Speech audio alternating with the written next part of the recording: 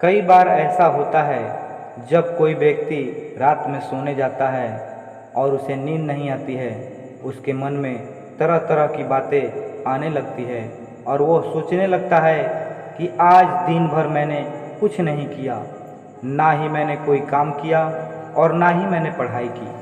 अगर आपको भी ऐसा लगता है तो एक बार इस कहानी को ज़रूर सुनिए। आज ये कहानी आपको चैन की नींद का अनुभव कराएगी। एक गांव में गोलू नाम का एक लड़का रहता था। वह 12वीं कक्षा का विद्यार्थी था।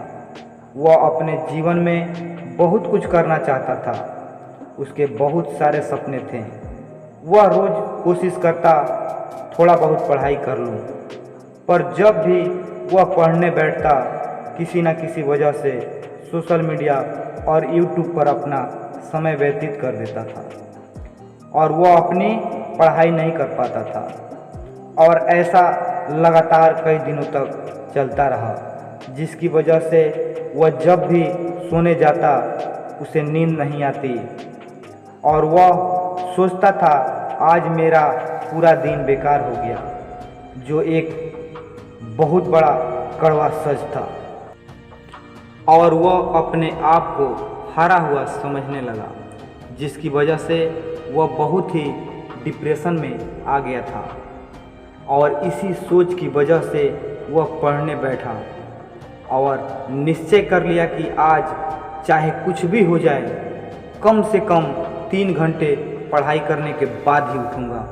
इसी जोश के साथ वह पढ़ने बैठ गया और जैसे तैसे करके वह मुश्किल से 1 ही घंटा पढ़ पाया था। लेकिन उसे आज जो नींद आई वैसी नींद उसे कई दिनों बाद नसीब हुआ था। कि भले ही वह 3 घंटे नहीं पढ़ पाया, पर जो भी पढ़ा, जितना भी पढ़ा, कम से कम उसने शुरुआत तो की। ये उसकी मेहनत का ही फल था कि उसे वैसी सुकून भरी नींद मिली जो दुनिया में बहुत कम लोगों को ही नसीब हो पाती है। और इस कहानी से हमें यह सीख मिलती है कि भले ही जो करने की चाह रखते हैं उसे थोड़ा ही कर पाएं, लेकिन शुरुआत तो की।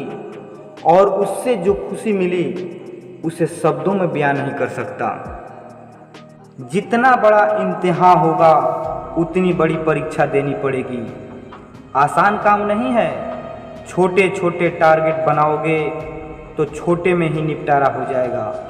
हमेशा अपने आप को टारगेट बढ़ा दो।